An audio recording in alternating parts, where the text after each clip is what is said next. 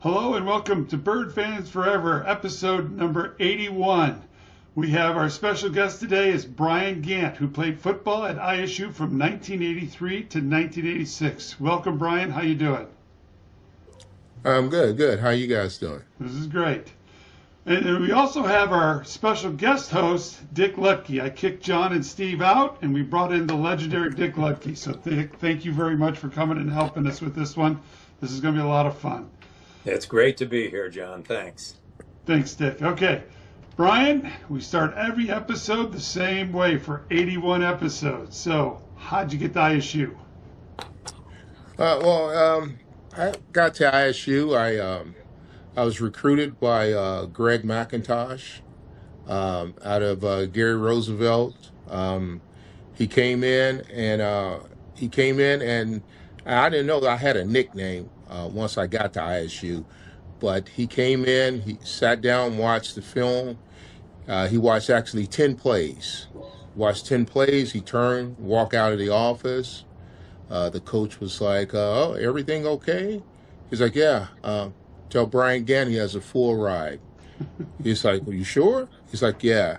So then he goes back to Illinois State, and he tells Gus Patches, oh, I offered him a scholarship. Gus Patches said, what? Who? He's like, oh, let's go in here and talk to Bob. So he goes in, he tells Coach Otalski the same thing. So, and Coach McIntosh tells him, like, oh, listen, if you want to pull his offer, you call him. So for like my first 2 years at Illinois State, I was called the 10-play guy to all the coaches. That was like my nickname. But before I decided to go to Illinois State, I really wanted to go to University of Michigan. They would recruit me. Northwestern recruited me, but I didn't have grades to go there. Indiana State, Ball State, Western Michigan. But the reason I ended up at Illinois State is because Coach McIntosh, he was the first one to believe that I could play at the next level.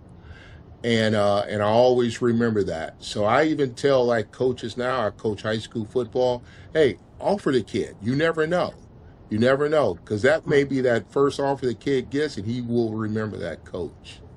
But that's how I originally ended up at Illinois State, coming from Gary, Indiana. Very cool. You got one, Dick? You ready? Go. Well, yeah, what I was thinking about was the fact that you were from Indiana. Bob Otalski was the assistant coach at Indiana University, the team that just won the national championship. But you were familiar with him, I assume, when you were a youngster following Hoosier football?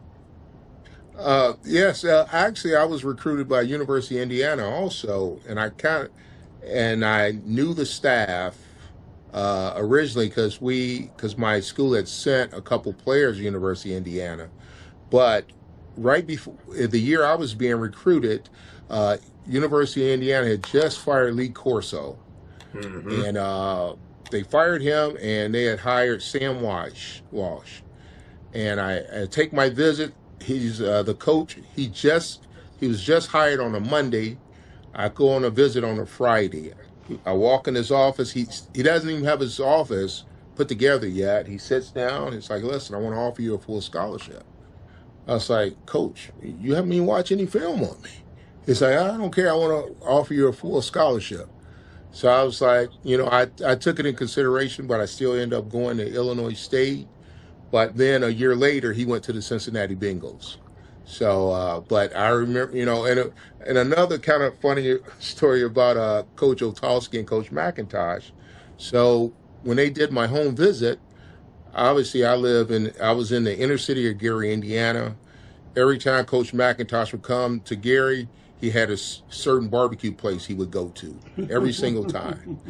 So they come into my house. It's January, cold outside, and they're sitting there. They're trying to convince my mother for me to go to Illinois State. So my mom sits down. They talk, and I was like, no, I'm coming to Illinois State. And they're like, oh yeah, and they congratulate me, and then they end up drinking some champagne. Coach O, Coach Mack, and my mom. And I talked to Coach Mack. He's like, oh, I remember that like it was yesterday. I was like, yeah. I'm like sitting there and they're drinking champagne in my living room in Gary, Indiana. So. Was Illinois State what you expected it would be? The atmosphere there, the football program. Were you very happy with it right away?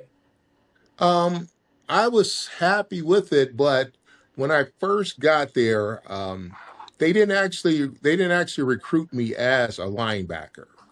Actually, when I was being recruited as a strong safety, and all the other schools that were recruiting me were like Michigan, Indiana, Northwestern, West. They were recruiting me as a strong safety. So then Coach McIntosh guaranteed I would have an opportunity to play strong safety. So, but when I get there, I'm in the first summer camp, and I'm working out with the defensive backs, but doing the drills, Coach Patches is throwing the ball where I can never catch it. I can never catch it. So, uh, so Coach Mack, he pulls me to the side. We have a different take on the story. So he pulls me to the side. He says, my side of it is, he said, listen, we need help at linebacker. If you play this year in the spring, we'll move you to safety. When I talked to Coach Mack, he said, hey, listen, you look like you're struggling over there at safety. If you come over here and play some weak side linebacker, you could probably start as a freshman, but the choice is up to you.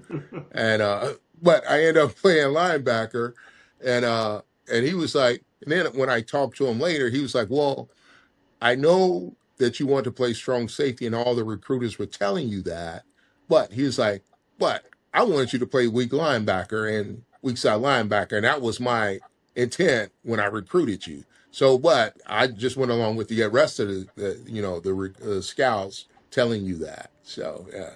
But Illinois State, it was the game was a little bit faster. Players was a lot bigger than I was used to in high school, but I think I made the adjustment pretty quick. Did you play weak side linebacker your all 4 years at ISU? Yes, I played weak side. I really didn't play the middle of the Mike linebacker. I played weak side. It was like Jeff McIntosh played. He played Mike linebacker. I think my first 2 years, and Robert Free played linebacker 1 year, and I think Brent played linebacker my senior year. And when you were with the Tampa Bay Buccaneers, and we can talk more about that later, you were also a linebacker, weren't you? Yeah, but I was a linebacker, but they ran, we pretty much ran a 4-3 defense, and I was on the weak side. But when I went to Tampa Bay, they were running a 3-4. So and I was strictly a Mike linebacker. So that took some adjustment because I'd always played weak side. But when you get to the NFL, you play wherever you can get a job. So I played Mike linebacker. Welcome back as we talk with Brian Gant, the former linebacker for the Illinois State Redbird football team. Brian, you played 83 your freshman year, 86 your senior year. Those were good years for the most part for the Redbirds, some a little better than others. But can you tell us about the games that you remember the most because they were so important to you and so nice for you? Well, the first game I was watching watching it on YouTube, the Western Illinois game. It was, I think, 1985, and it was a 2-hour game. So I sat one night, watched the entire game, and I already knew that we had won the game. But I'm looking, and it's like late in the fourth quarter. The defense gives up. They put a couple backups in. The defense gives up a touchdown. I'm like, okay. They do an onside kick. They recover it. So now I'm starting to get a little nervous. But I already know that we won the game. So that was just kind of odd. But obviously, at the end of the tape, we won the game. But it's a couple games that stick out over my lifetime at Illinois State. The first one is also it was I believe my freshman year. We were in Carbondale playing Southern Illinois, and I think they ended up winning the national championship that year. And it came down, and we were driving late in the game, and it was a questionable call. They said Virgil Winters fumbled the ball. And on the film, it was obvious that he didn't fumble the ball, but we didn't have instant replay. Right. And they gave the ball to Southern. We end up losing. I think we are probably close to probably making the playoffs that year too.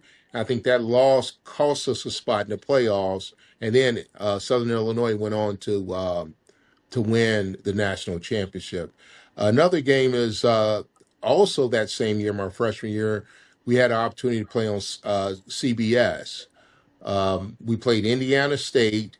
I was geared up for that game because Indiana State recruited me hard, just like Illinois State. Indiana State recruited me as hard as Illinois State. But when I decided to go to Illinois State, I called the recruiter that was recruiting me, and I called him and said, "Hey, listen, I'm going to Illinois State." He hung up on me. And I was like, okay. So I always had it in for Indiana State. So we're playing on CBS. I'm a freshman. I know I'm going to play, but I don't know how much. So I ended up having like an interception, a couple tackles for loss, a couple key like pass breakups, and we ended up like destroying Indiana State on it was only regional television at that time, and we were like underdogs in our own house. Right. So that I really remember that one. And then also my senior year, we took a trip to Stillwater, Oklahoma, and we played and we geared up because that year Thurman Thomas was he was a preseason Heisman hopeful. So we're geared up to stop him. So the first couple plays, first quarter, Thurman Thomas is running the ball. We like gang tackle him. He limps out. He's injured. So this little guy comes jogging in. So we figure, oh, we got a shot now for real. We got a shot. But we didn't realize this little guy that's jogging in was Barry Sanders. He was only like 5'8", 170 pounds. So first play, he goes around on a toss. He takes it for about 70 yards. I mean, we end up tackling, but Barry Sanders had probably over 200 yards that game, and they beat us in Stillwater. So those were like some of the games this really sticks out in my mind over my career at Illinois State. And I really appreciate you bringing those up, Brian, because I don't remember them as well as you do, but as you described them, I do remember them, and I especially remember the Indiana State game at home, which was covered by CBS television, which I remember going into the game, I thought, well, there aren't going to be that many people listening to our radio broadcast of that game. But the Redbirds played so well. Mike Pryor returned a punt for a touchdown. I remember that. And, of course, you played with Mike Pryor a couple of years. He played in the NFL for a long time and was a tremendous athlete. Did you get to know him pretty well? Yes. Mike was a great guy. He was a team guy. You would think like when I got there, he did everything. If I needed help on anything, he was right there. But Mike Pryor was a great guy. But it was a lot of guys that had that same Mike Pryor mentality. You had Kevin Jones. He played running back. He was great. Billy Garrett was there. He's still a good friend of mine. Robert Freed was there. Stephon Wilson played running back. There we Jason Johnson. I mean, all those guys were great. Charles Calhoun. We had great battles with each other, doing drills, Oklahoma drills. I mean, all those guys were great. Even Lynn Hankins when he came in later. Bill Miller. So all those guys were great. I mean, we had like a great, good core guys that was at Illinois State at the time. Your memory is. I'm sorry. Go ahead, John. You also talked off air, Brian, about the Western Michigan game. Yeah. You didn't touch on that one. Do you want to hit that one? That was the Western Michigan game was the game that I ended up watching on YouTube. So that's the one I remember on YouTube. I thought you watched the Western Illinois game on YouTube. Western Illinois. Yeah. Okay. Yes. Okay. Yeah, that was the game I watched on YouTube. I think it was from 1985. Yeah, 85. And that was the one I had the anxiety over. And I ended up calling Robert Freed about the game. I'm like, hey, did we did win this game? He was like, well, yeah. And I was like, and I told him about my anxiety, and he was like, well, I'm gonna have to bring the game up and watch it. So I told him where he could find it on YouTube, and he went and watched the game also. Do you remember your anxiety when you were playing in that game and that happened?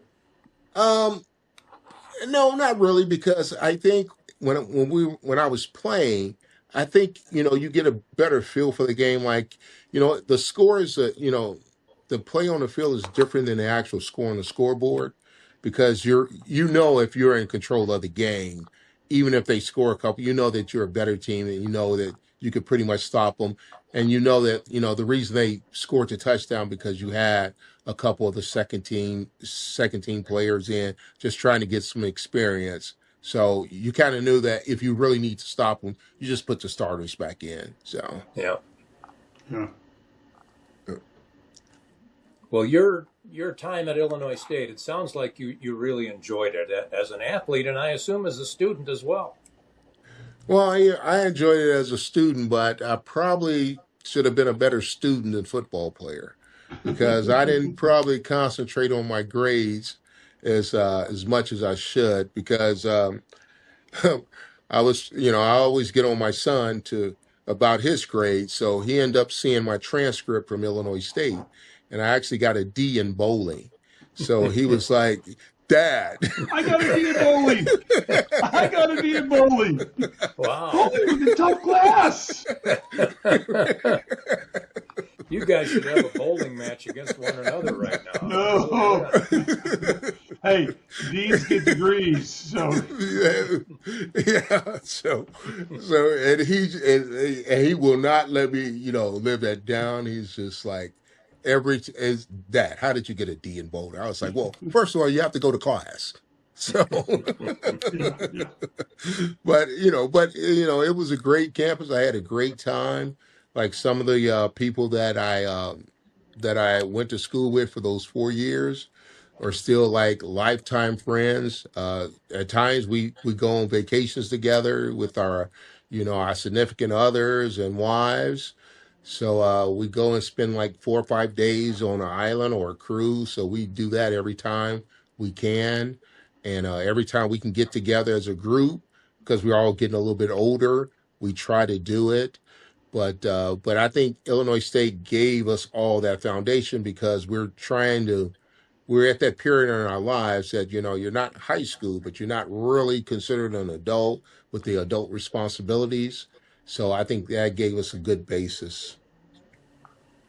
Your son, you mentioned, Brian. Tell us a little bit about him. Was he an athlete in high school and/or college?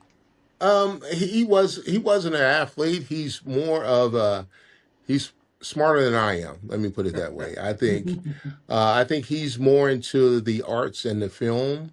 He went to University of Central Florida, and he got his degree in liberal arts, and he wants to go out, make films, and be a producer and be a director, and I think he'll be successful at it. Nice. Very Nice. cool. All right, that's a good spot to stop, and we'll get ready for the third session. All right, Brian, you talked about ISU. Now let's talk about becoming a free agent and how you got on. We see the two helmets behind you. Yes. The old helmet, the new helmet. Yes. So why don't you talk about how you got to Tampa Bay? I ended up signing as a free agent after the 1986 season, but I end up hurting my draft status per se, because the semester before my senior year, myself and Billy Garrett, we got expelled from Illinois State. So we got expelled from Illinois State because we were doing a little bit too much partying in the dorms. So we got expelled. So they took away our summer. So I didn't really have time to work out in the summer. I didn't have time for the scouts to see me in the spring. That's when they were all at practice. So then I came into my senior year, and I had a good senior year but the season before I was like defensive player defensive player of the year in the conference. I was the gateway and Missouri Valley Defensive Player of the Year. So I came in and I probably wasn't in the greatest shape. And then, so then it took me a while to get into playing condition.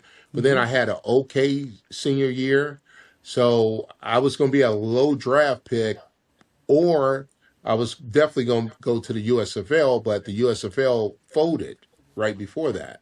Oh, wow. So I ended up, after the draft, I had an opportunity to sign with either Tampa Bay or Green Bay. So the Tampa Bay Buccaneers brought me down for a workout. They offered me, the minimum amount of money on the contract. And so I talked to my agent. I was like, well, what about Green Bay? He said, hey, you got a contract there. You better sign it. So I was like, okay. So I signed. I ended up going through the mini camps and then the training camp. And the coach at the time was Ray Perkins. And I tell people back then, these guys these days, their training camp has absolutely no bearing. I mean, this is like, that was like walkthroughs what they do now compared to what we did back Right. then. Amen. Yep. Because I tell the people, if you want to see the way the training camp was, watch the movie Junction City Boys. That was our training camp. We actually had 3-a-days for like a month. And he had like 100 people were in camp. So I made it all the way to the last cut. I ended up getting cut. And then I went back to Illinois State. I was going to try to finish my degree. And then they had this strike. So they were like, well, they want you to come back. They're going to sign you to a contract. So, like, I sat down and talked to, Coach McIntosh had left to go to Purdue by then. I talked to Coach Davis, and he was like, Brian, you might as well take the opportunity. So I took the opportunity. I ended up playing be a replacement player through the strike. And then after the replacement games were done, they signed me to a full-year contract for the rest of the year. I ended up finishing the year with Tampa Bay. And then they signed me to another contract in the off season. But then the same process starts again. I end up getting cut again, and then I was like out of football for a while. And once I was out of football for a while, I started looking for a career in other places. But the experiences was great. I got the opportunity to play against Walter Payton, Joe Montana, Dan Marino. Jerry Rice scored like 3 touchdowns against us in one game. For the longest time, the St. Louis Cardinals had, that's when they were still in St. Louis, and they weren't the Rams, they were the Cardinals back then. They ended up having the biggest comeback in NFL history against us. Played against Charles White, all those guys. I mean, it was just an absolute great experience. And then when I stopped playing, I had to realize I experienced something that kids that I played with in youth football, in high school and college didn't experience. Right. So it was something that I was like, well, I accomplished one of my goals. But then after you accomplish your goals, you got to set a new goal.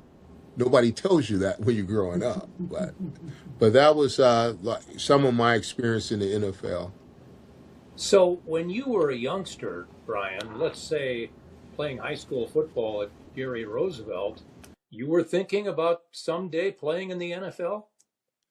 Oh, yes, I was. Growing up, I was like, when I was like about eight years old, I told my mom, I was like, Mom, you don't have to worry about paying for college for me. I'm going to get a scholarship. She was like, okay, because I can't pay for you. And then as I was just a football fanatic. Jason Johnson and I, we played like football, like in the snow, in the rain, mud, every single day, because he lived, a lot of people don't realize it, like probably 100 yards from my house when we grew up. And all we did was play football. And if we weren't playing football, we were playing kickball, baseball, basketball, throwing rock, whatever. We were always had like some type of sport in doing it for that day. That's fantastic. Um, well, tell us about what you're doing now. You're not playing any more football, I assume, these No, days. What are you no. up to? So right now, right. So after I finished playing football, I ended up applying for the Tampa Police Department. Uh, and when I applied, teams were still like sending me letters and in the Canadian League to come try out and come, to try to make the team. But what a lot of people don't realize, the way it works is you sign a contract, you in the off season, like February, you work out like until all the entire off season camp, you don't make the team, and now you're in search of another team. So you're just moving around the entire country trying to catch on to a team, and you only working like maybe 6 or 7 months out of the year. And then what people don't realize, when you get cut, your contract ends. You don't get that full amount that they tell you that you see on television. Oh, they signed a $2 million contract. If you only with the team a certain amount of time, that's prorated. And a lot of people don't realize that, and they thinking that you walking around with $2 million. But so when I went on to the police department, I had to make a decision. Uh, do I go somewhere where it's a pension that I can retire, or keep trying to make a team? So at that point, I decided to go on and to the police department. So I retired after 30 years in the police department. Now I'm pretty much retired, and I'm coaching high school football down in Tampa, Florida, playing high school. Last couple years, I've sent like probably pretty much every linebacker I've coached has had an opportunity to play at the next level. So I'm really proud of that. And no, we don't know what this year is going to be for playing football, but it's hopefully, we looking to win a state championship every year. You're also watching some football, and you told us earlier you did watch in person Illinois State's national championship game in Nashville, Tennessee, not too long ago. Um, it was a great game. I mean, I was proud of how they played, and it's kind of funny because since I retired, I have this bucket list, and the lady that I date myself. So what we do, we go all over the country to NFL games, and we don't care which teams are playing. We just want to visit the stadium. Right. So when Illinois State, when they qualified for the national championship, we were in Nashville already that weekend. We were there seeing I believe the Tennessee Titans play. I think it was the Chargers, or it was the Chargers or Kansas City Chiefs that weekend. So then I was like, well, I probably won't go back, because we just came from there. But it's been over 10 years since they were in the last championship. Right. And I missed that one. So I'm like, I gotta go. So I went back 2 weeks later to Nashville. But the atmosphere was great, meeting guys that you hadn't seen. I haven't seen Paul Peliti since the last game my senior year. And I was just, and I used to threaten him every day, but at least he came up and gave me a hug. But the atmosphere was great. It was the turnout for Illinois State was great. Montana State, it was a lot more people there for them than it was Illinois State. But uh, it was funny. I was talking to one of their fans after the game. They were excited. They were great fans. They weren't rude at all. They were absolutely great fans. And he said, "Listen, the only thing we have in Montana is Montana State." He was like, "That's the only thing we have to root for." He was like, and everybody in the state. He's like, so, and there's nothing else to do in Montana, so we travel. So I'm like, okay, yeah. Yep. All right, Brian, this is what we call closing. Floor is yours. Yeah. I just want to, thank you guys for giving me this opportunity to be on your podcast. It was a great experience. You guys made it just like I was just sitting at the table talking to you, having a beer. You know, That's how we but I want it. want, yeah, but I want to take this opportunity also, thank, Coach Claude Telfair, my high school coach, Coach Greg McIntosh, Coach Otowski, Coach Patches, Billy Garrett, Virgil Winters, my son, Cameron Gant, my fiance, Kayla Merrick, and all for all the support for all these years. We're getting older each year, and I start appreciating what happened at Illinois State and what I've accomplished at Illinois State and accomplished in my life more and more every day. And I just want to just thank you guys for giving me that chance to talk to you. It's been awesome. It's been our privilege. We really appreciate it. Brian, I got to see you play for 2 years, 85 and the 86 season. It was awesome to get to watch you do that. And so we just want to thank you for being on. So this has been Bird Fans Forever, episode 81 with Brian Gant and special guest host Dick Lutke. Thank you to both of you for being on. And here we go to clapping. Go Dick. Well, I'd just like to tell Brian that you've brought back some memories for me of broadcasting Redbird football shortly after I started working here, and I appreciate that very much. It's good memories. That was a great time, and you were part of it. Thanks for being with us. Thank you, Brian. You're welcome. Thank you. All right, here we go. And the clapping.